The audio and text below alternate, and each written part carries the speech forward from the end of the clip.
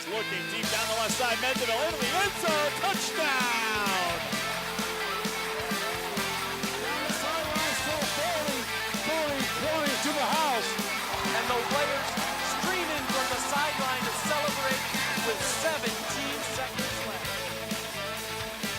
You know, I thought that intro was cut short. I thought that was the case, and I got to say, I probably looked pretty intelligent there in that cut in.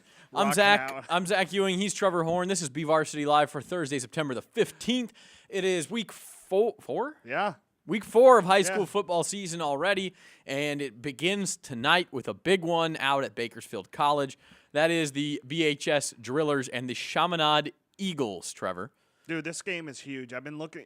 You know, you have those games kind of every year where you kind of pinpoint that game, and I think this is that game, and it's kind of lived up to the bill because Chaminade ranked, as high as 12th by Cal High Sports in the state, despite a 65-55 loss to Oaks Christian open up the season. And then BHS 2-0, playing against two Division I opponents, but probably on the lesser scale in their, mediocre. Mediocre. Kind but of still, don't look like powerhouses. But dude, I don't care. When you beat two teams by a combined score of 97-7, you're doing some things right, and that's definitely not something the Drillers have been able to do the last 2 years. And when you look at this team, there's just something different. The line is set up exactly like Golo wants. Everybody's kind of bought into the system. He's doing something like he's never done before, but it's working out, and that's a 2-quarterback set. And Chaminade coming in, Ed Crozen, who is a 1975 Highland grad. We'll have him on in the second segment. How cool is that? So I just have a question. When you say this is that game, is that sort of like there goes that man? Like, what do you mean that game? Well, it's that game that you kind of pencil in and you go, I'm excited about this. This is the type of moment, it's a Thursday night. It's the Drillers' first non-Griffith Field home game, and it's at BC. Everybody else is prepping for tomorrow night and has the opportunity to come out tonight. So the city could come out to this game tonight. We could see 4,000 people. 4,000? You think only 4,000? See, that's the thing is I just don't know. You think we can get 6, 7 out there? I would love to see 10. Griffith and Evans have throwing out the 10,000, and I'd love to see it. I just don't know if it's going to happen, but if it does, it's such a great atmosphere. Yeah, I don't know if I think 10. Memorial Stadium holds about 20,000. It's going to feel not as big as if it was at a high school stadium in town, but this is still the big stage for them. This is a huge game in town. One thing you have to remember, too, is if you had BHS and Liberty out at BC, which that game will not be at BC because the Renegades are home that weekend, but you would then you would get a real big crowd because you would have the alumni and the fans and the parents from both schools, student bodies. This is only one local team. I think that holds the crowd down some.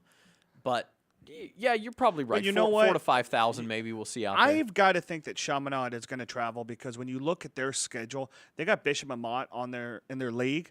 That's a 57-mile drive in Southern California. So, time-wise, even Crozen, when I was talking to him yesterday, said, hey, you know what?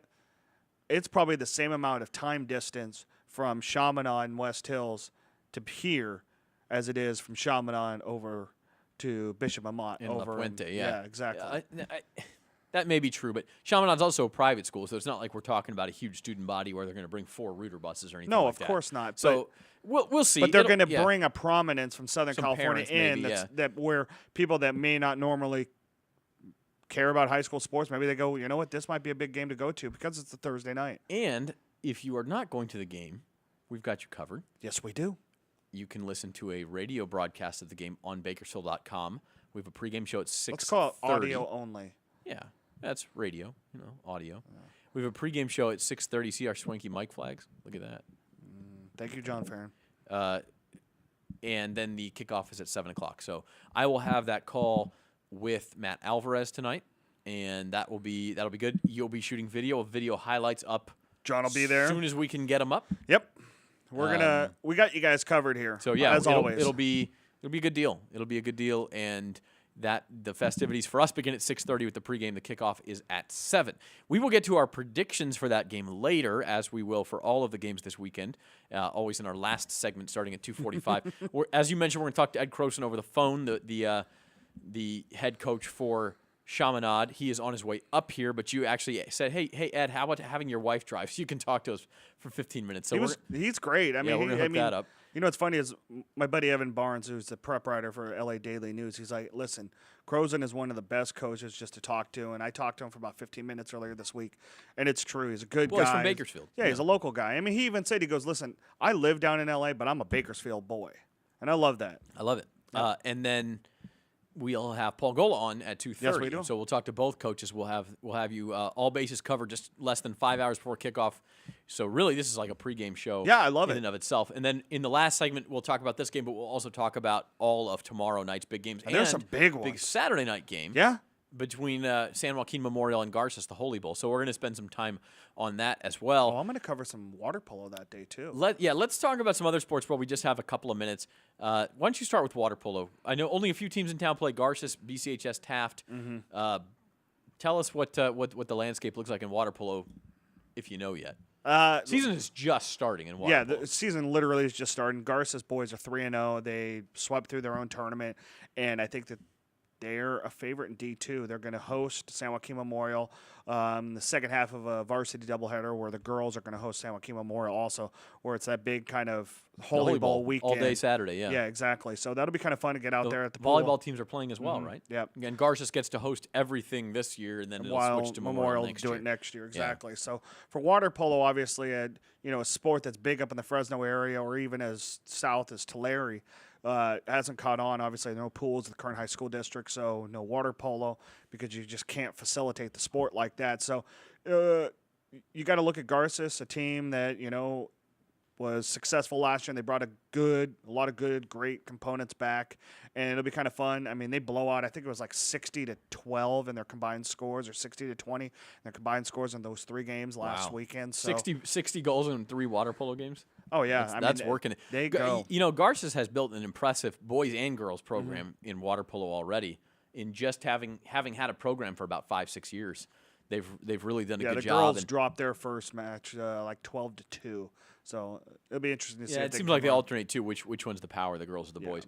And Bakersfield Christian and Taft trying to build those programs as well. So that's interesting to keep an eye on. What else happened this week in the wide world of sports? Big volleyball match last night. Clovis West ranked number 4 in our rankings at number 7 Centennial, and it was a 3-1 win for Clovis West. But man, that was a great match. When you look at the second and third sets, Clovis West took them to 27 and 29 points to win it. So very hard-fought match. Obviously, that's going to be a big seeding for the track and Clovis West.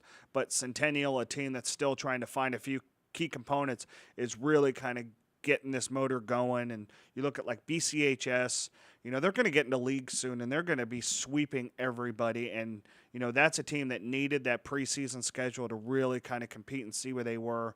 And they did that really well. I mean, the biggest match they had was nearly beating undefeated number 1 ranked Clovis. Yeah, BCHS pretty clearly one of the top, 3 or 4 teams in the section, no matter what division. Yeah. It's not top 2. I mean, Clovis obviously the one team that's defeated them so far, but that's really impressive team, and they should really be the favorites in D3. Garces probably one of the favorites in D2, right? And right. We had them on the show last week, and then in Division 1, it's just going to be a dogfight. Yeah, Exeter's going to be in there in D2. There's going to be a lot of great teams. So many good teams in Division 1, and we talked about this a couple weeks ago. Right now, it looks like the Fresno area has won a lot of these early season meetings and may have the upper hand, but you know what? It was the opposite last year where Bakersfield was winning a lot of the head-to-head games, and then come playoff time, Clovis East surprised everybody and beat everybody. Yeah. So who knows what can happen. Teams will change throughout league play. And it's still really early. I mean, you got teams like Liberty and Frontier that really didn't play a lot. I mean, Liberty didn't start, and Garces didn't start their season until last weekend at the Clovis Invitational, or 2 weeks ago. And so Liberty will get a lot better. They're going to get a lot better. Yeah. They're going to get a lot more reps. I mean, where you look at a team like Centennial that's already played, I think, 18 matches, 17 matches already. And the SWIL, boy, will just every week as usual. There is not a down team. Even you look at a team like BHS, Vance Palm's daughters are actually playing really well for them. Freshman, sophomore, doing really well. Frontier is loaded. Garces is loaded. Stockdale is still backing around. Liberty, obviously, returning 98% of their roster from last year, and Centennial's right there. I mean, so yeah, the SWL is going to do a lot of big things, and then obviously BCHS is probably that big non-SWIL team in town in terms of volleyball. And we talk about moving Ridgeview into the SWIL and how that may happen starting next year, and that would be great for football and basketball. It would kind of take away from some of this. Ridgeview's got a fine volleyball program, but it's not quite the SWIL level, certainly. And then some other sports, it would be the same way. Baseball, good program, again, not SWIL level. But that's the question. Obviously the 5 are going to stay in there. The biggest question is, who's the 6th? Who's the 6th? Is it Garces? And Garces obviously has it going in football this year, so maybe you want to keep him in there. I don't know. I think we tend to kind of have knee-jerk reactions to these things, so Always who do. knows? Anything else we want to mention in this segment before we get back to football? Is there a little cross-country? I know Lexington, another good day in golf. Yeah, McFarland now. Just because I think it was more said on the fact that the way that Larry Lung does his predictions and how he does his formula has McFarland number 1 overall in the section over Madera South, but I know Madera South didn't run their full team over the weekend. Right. But still, I mean, you look at a team like McFarland, that 9 state titles, and here they are, maybe fighting for. And I'll go on record. I've said it already. If they win a D1 section title, that is the biggest accomplishment among a lot of big accomplishments in McFarland history. I will tell you this right now. I think some of those guys, and I've heard it out of their mouths, some of those guys that won state titles believe the same thing as you're saying. It would be the big. And There's now they've one won 9 person- state titles, and that's super impressive. But as you were going to say, There's one person that doesn't believe it, and we'll get into that more in a couple weeks. I promise. Okay. Well, we'll talk more about McFarland cross country. It's going to be a story all fall. And then tennis, you saw Stockdale. They got another great team. Stockdale girls tennis is going to be very Young. good too. They're going to be, it's not going to be easy for them this year. Garces with Anastasia Julius and her freshman sister. Garces is a really good team this year. Liberty lost a couple players, and Taylor Cook, who decided not to play this year, and then Peyton Renz, who is, overcoming a gruesome knee injury over the summer. She's out for the entire year, but Yeah, I it's think tough. they're going to be right there. Frontier is led by Madison Swaney. Obviously Taft and BCHS doing great things at SSL. Independence of West are still undefeated in the SYL, so there's still a lot of great tennis to be played. All right. Well, let's take a break. We'll be back with Chaminade football coach Ed Croson to help us preview tonight's big game, the Eagles and the Drillers coming up at BC. We're back after this on BVarsity Live.